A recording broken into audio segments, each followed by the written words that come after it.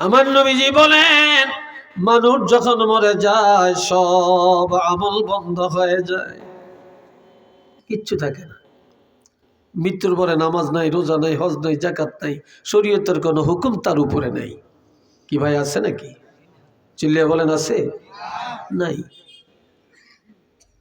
কিন্তু নবীজি বলছেন সব আমল বন্ধ, তিনটা আমল মৃত্যুর পরে বন্ধ হয় না। কয়টা আমল রে ভাই? এক নম্বরে নবীজি বলছেন তিনটা আমল বন্ধ হয় না। এই তিনটার মধ্যে এক নম্বরে হলো মিন সাদাকা। কোন সদকা? সাদাকাতিন জারিয়া। সদকায়ে জারিয়া মৃত্যুর পরে বন্ধ হয় না। আপনি দুনিয়ায় আপনি একটা মসজিদ করলেন, একটা মক্তব করলেন, একটা মাদ্রাসা করলেন, ঈদগাহ করলেন, আপনি কোটি কোটি টাকা, তারপরে আপনার বিঘায় বিঘায় জমি, 1 বিঘা জমি মাদ্রাসায় দিলেন, মসজিদের 5% দিলেন, আপনি মরে গেলেন। এই যে আপনি দান করে গেলেন, মাদ্রাসায় দিয়া গেলেন, দিনিয়া মাদ্রাসায় দিয়া গেলেন, মসজিদে দিয়া গেলেন, ঈদগায় দিয়া গেলেন, আপনার কোটি কোটি টাকা কোনো উপকারে আসবে না। আপনার মৃত্যুর পর এই দানের সওয়াব কিয়ামত পর্যন্ত কবরে থাকিয়া পাবেন। সুবহানাল্লাহ, আর একটু জোরে আসে না? কত মানুষের দরুনে, দরুন বুঝেন তো জায়গা? দরুন 16 কানিয়ে 1 দরুন, 120% 1 কানি আমাদের চাঁদপুরে এরকম 16 কানিয়ে বলা হয় 1 দরুন। এখন 1 দরুন জায়গা আপনার আছে, কয়েকশ বিঘা জায়গা আপনার আছে, কিন্তু 1% জায়গা আল্লাহর কোরআনের খেদমতে লাগে না। তাহলে আপনার তো পোড়া কপাল, আপনার তো বদনসিব। আপনার পকেটের টাকা মৃত্যুর পরে ছেলেরা ভাগ করবে, মেয়েরা ভাগ করবে, আপনার সিএস আরএস বিএস পর্যায়ে যা আছে ছেলেরা মেয়েরা বোনেরা ভাইয়েরা ভাগ করে নিয়ে যাবে, ভাগ করে নিয়ে যাবে। আর আপনি নিজের হাতে যেটা করে গেছেন, নিজে যেটা দান করছেন, এটা তো কেউ ভাগ বসাইতে পারবে না, এটাতে কেউ বন্টন করতে পারবে না।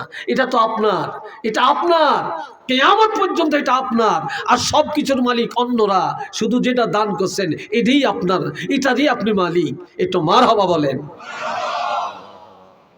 সবাই বলেন আলহামদুলিল্লাহ। শুধু এটারই মালিক, আর কিচ্ছু না। শুধু এটাই নয়, রাস্তার পাশে আপনার জমি, এই জমিনের পাশে দেওয়া রাস্তা, আপনি যদি জমিনের থেকে রাস্তায় মাটি দেন, এটা সদকায়ে জারিয়া। অনেকে রাস্তা যায়, আমার জমিনের তো মাটি কাটতে পারবেন না, মাটি দিব না, মাটি দিতে রাজি না।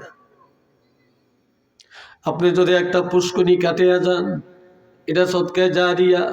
এই পুষ্করণীর পানি মানুষে পান করবে, গোসল করবে, পশুয়ে খাবে, পাখিয়ে খাবে, আপনি এটা সওয়াব পাবেন। এটার মাছ মানুষে খাবে, পশু পাখি খাবে, এটা সব আপনি পাবেন। আপনি একটা টিউবওয়েল যদি বসে যান, এটার পানি মানুষে পান করবে, কত গরিব মিসকিন ভোগ করবে, এটা সওয়াব কবরে থাকিয়া পাবেন। রাস্তার কিনারে আপনি একটা আম গাছ লাগাইলেন, এই আম গাছের ফল বাদুড়ে খায়, কাকে খায়, পশু পাখি খায়, কত গরিবেরা খায়, কত ছেলে মেয়েরা খায়, নিজের বংশের মানুষেরা খায়। আপনার রোপণ করা গাছের ফল সবাই খায়, অথবা এটার নিচে আরাম করে, বিশ্রাম করে গাছের ছায়ার মধ্যে। তাহলে আপনি কবরে থাকি এটা সওয়াব পাইয়া যাবেন, আপনি এটা সওয়াব পাবেন। এটা সদকা জারিয়া। এই ভাইরা রে আমার, 2 নম্বরে অথবা আপনি ইলম শিখলেন, হাজার হাজার ছাত্র রেখে গেলেন, কেউ করে ইমামতি, কেউ করে মুয়াজ্জিনি, কেউ করে মুদাররিসি, কেউ কেউ হলো মুফাসসির, কেউ হলো মুহাদ্দিস, কেউ হলো প্রভাষক, কেউ হলো সহকারী অধ্যাপক, কেউ হলো ভাইস প্রিন্সিপাল, কেউ হলো প্রিন্সিপাল।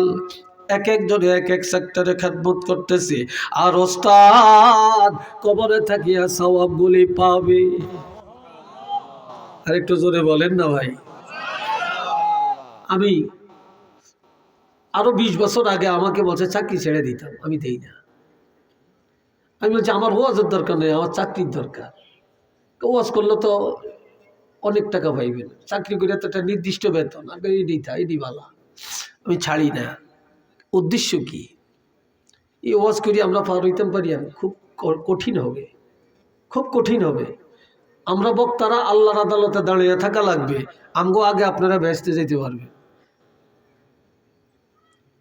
বিশ্বাস হয় না?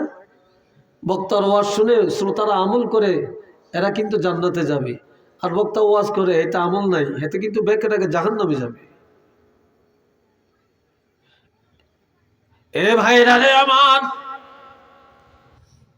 এই মাদ্রাসায় পড়ানোর উদ্দেশ্য বেতন যাই হোক এটা কোনো কথা না।